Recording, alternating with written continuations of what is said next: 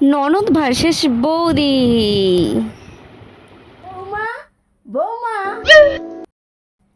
হ্যাঁ শাশুড়ি মা, আপনি ডাকছিলেন? বলুন। সঙ্গে আমার একটা ইম্পর্টেন্ট কথা ছিল। ননদের বিয়ের বয়স তো হলো, 20-30 বছর বয়স হয়ে গেল, পাড়ায় তো কান পাতা যায়নি। আর আমরা তো বিয়ের কথা বললেই মেয়ে ছেলে রাজিও হয়নি।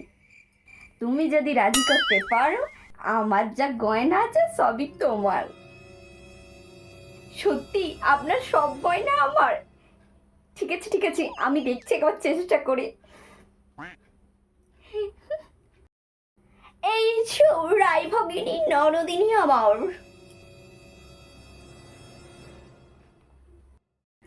তোমার সঙ্গে আমার কিছু কথা ছিল।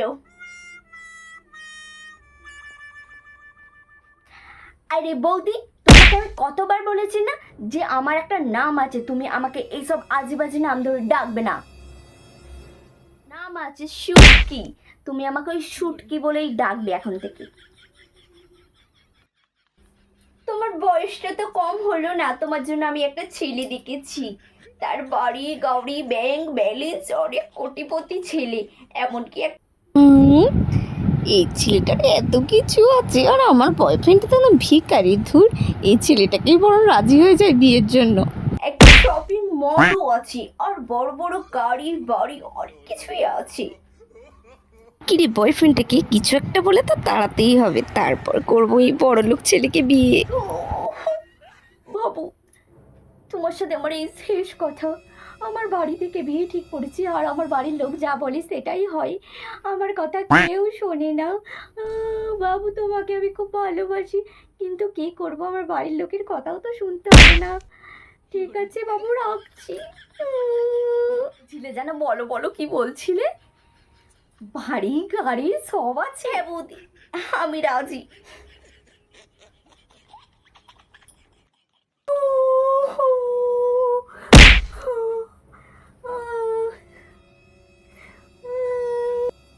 থাক থাক থাক থাক মা, আর পোড়া করতে হবে না। ঠিক আছে, যাও গিয়ে ঘর সংসার করো। হ্যাঁ, তুমি যাও যাও, তুমি শান্তি করে যাও। তুমি চলে গেলেই তো তোমার মায়ের সব গয়না আমি পাবো। কিছুক্ষণ পর মা, তুমি আমাকে মিথ্যে বলে বিয়ে দিয়েছো, তাদের তো কিছুই নেই, একটা তো ভিখিরি, একটা শুধু টিনের বাড়ি আছে।